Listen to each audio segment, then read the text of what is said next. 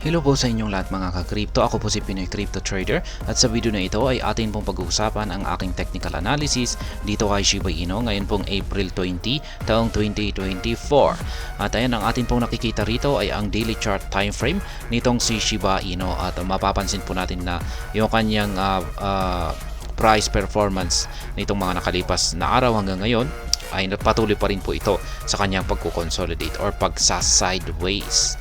Kaya ayan, maski nalalapit na po, malapit na po, mamaya na po ang Bitcoin halving event natin. At hindi po natin alam kung ano ang magiging reaksyon ni Shiba Inu dito. Pero base po sa mga signals natin dito ay mukhang nananatili pa kasi na may control ay ang mga bears. Kaya mukhang medyo mahihirapan po siyang makaangat or magpakita ng price surge. Pero hindi po natin alam yan, kung ano ang mangyayari pagsapit ng Bitcoin halving mamaya. Sapagkat mapapansin po natin dito na mukhang nakaka-recover naman po siya or nakakabangon na or parang nag-uumpisa na pong bumawi or mag-take over yung mga bulls base dito sa isang indicator natin dito.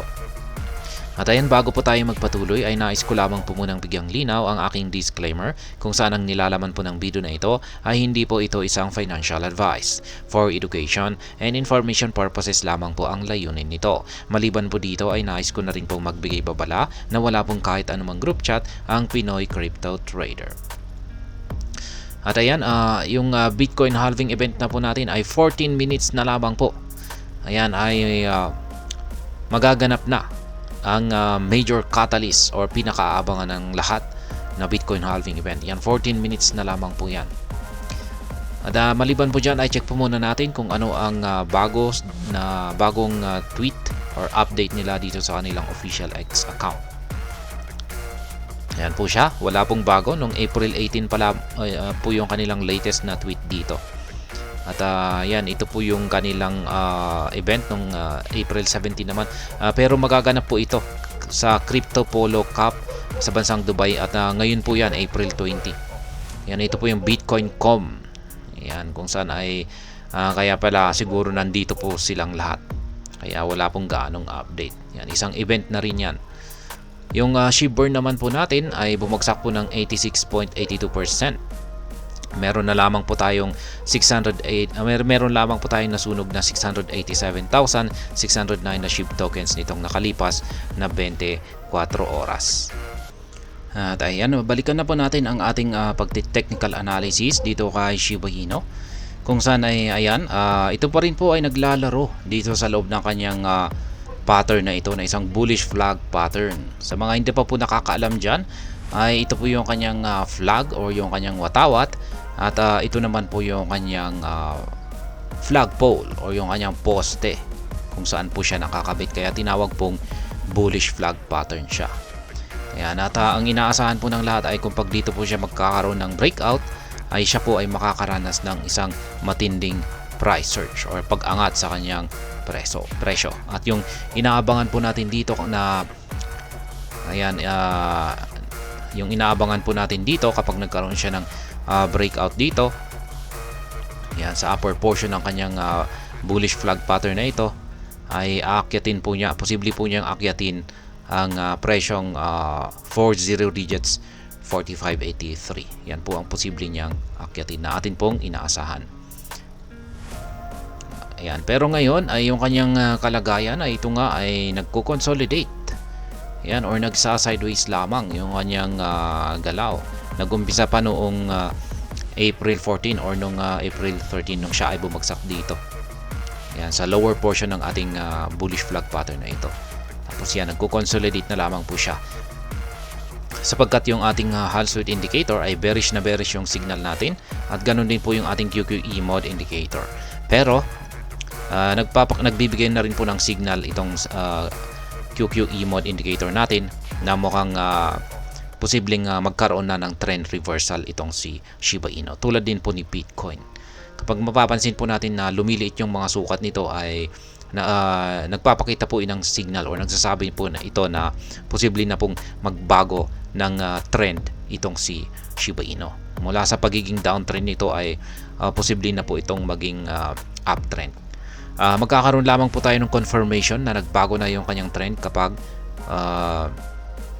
meron na tayong nabuong kulay gray or kulay blue na QQE bars dito sa upper or dito sa ibabaw ng zero level natin dito sa QQE mode indicator natin.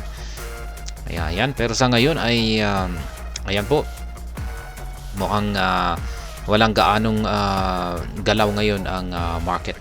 Siguro ay talagang maraming nag-aabang o naghihintay sa kung ano ang magiging impact ng Bitcoin halving event natin. Kasi ayan na po, 10 minutes na lamang. Yan ay magaganap na ang halving event natin. Pero ayan, ganyan po. Pagdating po sa aking analysis ay ganyan po yung aking nakikitang magiging posibleng magiging galaw ni Shiba Inu. Mukhang magpapatuloy lamang po pa rin po siya sa pagko-consolidate dito. Yan, posible pong mamaya ay malamang ay baka mababasag po niya yung resistance line natin dito sa 40 digits 24-26. Possible po na baka mabasag po niya. Pero malamang ay hanggang dito lamang po siya aabot. Yan, hindi po kasi maganda yung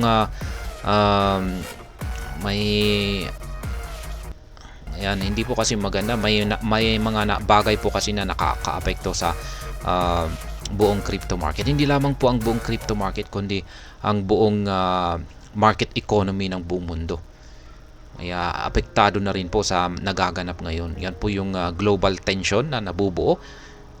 Ayan, at mga macroeconomics. Yan na mga hindi maganda. Negative na macroeconomics. Kaya yan, tumapat po yan ngayong Bitcoin halving event. Kaya yan po parang nagdudulot ng pressure kung bakit hindi gaanong